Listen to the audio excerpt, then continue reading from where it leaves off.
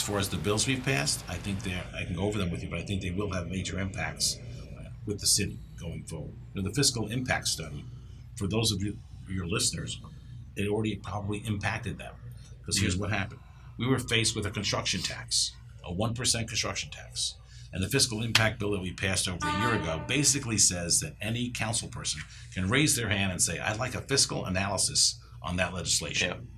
Okay? By the way, it should be a requirement. We shouldn't have to raise our hand. It should be required with every bill. But right now we have to raise our hand and ask for it. Mm-hmm. Councilman Bobby Heenan and myself, on the 1% construction tax on all abated properties, raised our hands and said we'd like a fiscal impact statement. The statement came back from the administration stating if this bill is passed in the next 5 years, it will cost the city $31.8 million. Now, how do you pass a bill that's going to cost you $31.8 million? If you didn't ask, was it just going to happen? We would have known those numbers. Wow.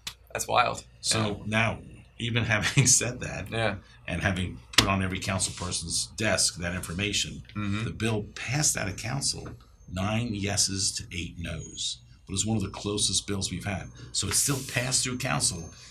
How is that the better option? I'm not following. Like what was the would everybody say, hey, this is a better option? I'd rather lose $31 million over the next 5 years. What was the other option? I don't know that answer. All I can tell you is that from my perspective of the simple math, it did not make real sense. No common sense there, right? Well, I'm not saying that. I'm just saying I can't answer that. Understood. Okay. But I can say that the mayor did not negotiate that. That bill was not passed. He didn't sign it. And instead, for the programs that we needed the money for, it's coming out of the general fund.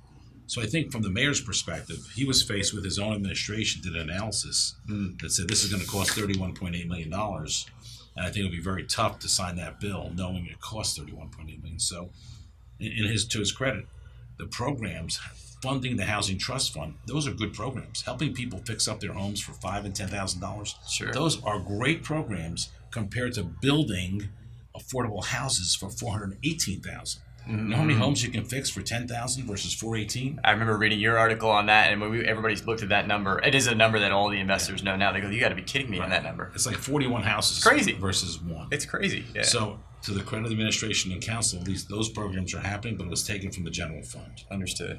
So that fiscal impact study caused that to occur.